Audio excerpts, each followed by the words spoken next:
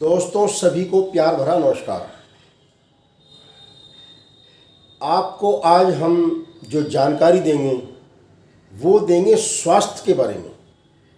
हमारी स्वास्थ्य रेखा क्या कहती है, क्या इसका फल है, क्या इसका दोष है और हाथों में पाए जाने वाली स्वास्थ्य रेखा का हमारे जीवन पर क्या प्रभाव पड़ता है।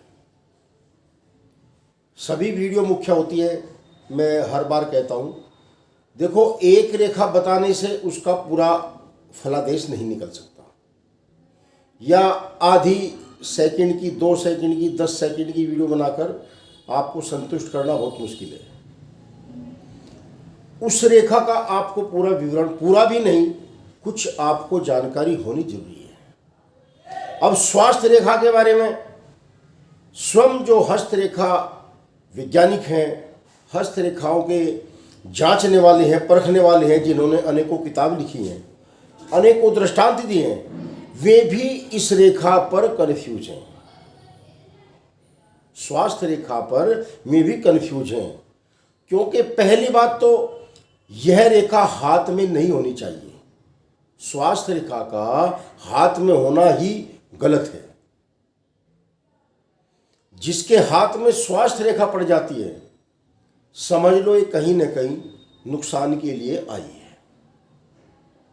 स्वास्थ्य रेखा जिसके हाथ में पड़ गई है, जिस जातक की हस्तरेखाओं में आ गई है, तो वह कहीं न कहीं नुकसान की ओर अपना प्रभाव लेकर जाती है। ये स्वास्थ्य रेखा है।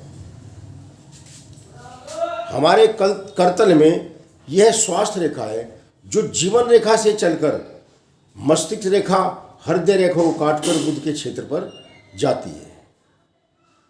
तो ऐसी रेखा बुध रेखा भी कहलाती है, जिसको हम सुख समृद्धि कारोबार की रेखा बोलते हैं। और ये स्वास्थ्य रेखा का भी रूप है, क्योंकि इसका हमारे करतल में, हस्तरेखाओं में कोई भी ऐसा ठोस स्थान नहीं है, कोई भी ऐसा नियत स्थान नहीं है जहां पर हम इसको आधार मान सकें। यह समय के अनुसार बदलती रहती है, स्थान बदलती रहती है। मैंने पहली वीडियो में बताया था कि इस बुध रेखा को स्वास्थ्य रेखा भी समझते हैं। इसका उद्गम स्थान क्या है, महत्वपूर्ण बात ये आ जाती है। ये हमारी जो हस्तरेखा जानते हैं, विशेषज्ञ हैं, ये उनकी निगाहें हैं, वो किस दृष्टि से इस रेखा को देखते हैं। बहुत बड़ी बात है, क्योंकि इतनी बड़ी बात को बहुत छोटे शब्दों में नहीं कहा जा सकता। मन बेचैन हो जाएगा, मन में भ्रमता आ जाएगी यदि आपको इस रेखा के बारे में गलत जानकारी दी गई तो। इसलिए मैंने इसको आज बड़े ही आराम से आपके सामने रखा है। और जो भी विस्तार तो बहुत है, मैंने किलो को पढ़ा है, उसने अपने 25 साल के अनुभव में इसको हाथ में सही नहीं माना। और भी लेखक को देखा है, समुद्री शास्त्र में भी पढ़ा है, इसको किसी भी लेखक ने सही नहीं बताया। परंतु यह रोग के अनुसार चेतना देने के लिए हाथ में आती है, चेतना देने के लिए, जागरूक करने के लिए हाथों में पड़ती है। मैं फिर कह रहा हूं, इस रेखा को देखने का बहुत ही अलग नजरिया होना चाहिए, बहुत ही बारीक निगाह होनी चाहिए और सावधानी पूर्वक इस स्वास्थ्य रेखा को देखना चाहिए। अब इसका सीधा असर, यदि यह हृदय रेखा से शुरू होकर, ये हृदय रेखा है, यहां से शुरू होकर और जीवन रेखा में मिलती है, और यहां पर हृदय रेखा पर थोड़े जाल बने हुए हैं, दाग धब्बे हैं, और ये गहरी और चौड़ी हो गई है, थोड़ी गहरी और चौड़ी हो गई है, तो सीधा हृदय रोग को ये समझाती है। जातक में अवश्य ही हृदय रोग है। फिर दोबारा बताता हूं, यदि यह स्वास्थ्य रेखा, इसका उद्गम स्थान हृदय रेखा से शुरू हुआ और जीवन रेखा पर रुक गया, और ये गहरी और चौड़ी है, और यहाँ पर ये थोड़ा सा दाग धब्बा लेकर चली है, हृदय रेखा भी चौड़ी हो गई है और लगभग इसकी ही लंबाई के अनुसार ये रेखा हो गई है और जीवन रेखा में आकर मिल गई है। तो हृदय आपका स्वास्थ्य नहीं है, किसी अच्छे वैद्य से, किसी अच्छे औषधालय में, एलोपैथिक जो भी आप अपना इलाज करवा सकते हो, तत्काल अपना इलाज करवाएं, हृदय की जांच करवाएं। इसके अलावा यदि यह रेखा बुध पर्वत से शुरू होती है और सीधी चंद्रमा पर्वत तक आती है तो यह फेफड़े संबंधित बीमारियों को जागरूक करती है और चौड़ी और गहरी रेखा को ही सही समझा जाता है। घातक जो होगी वो चौड़ी और गहरी रेखा होगी। परिवर्तन बहुत जल्दी आता है इस रेखा में। यदि आपने अच्छा इलाज करवा लिया तो ये रेखा आहिस्ता आहिस्ता जैसे जो है आपका स्वास्थ्य सही होगा ये धूमिल होती जाएगी। यदि यह स्वास्थ्य रेखा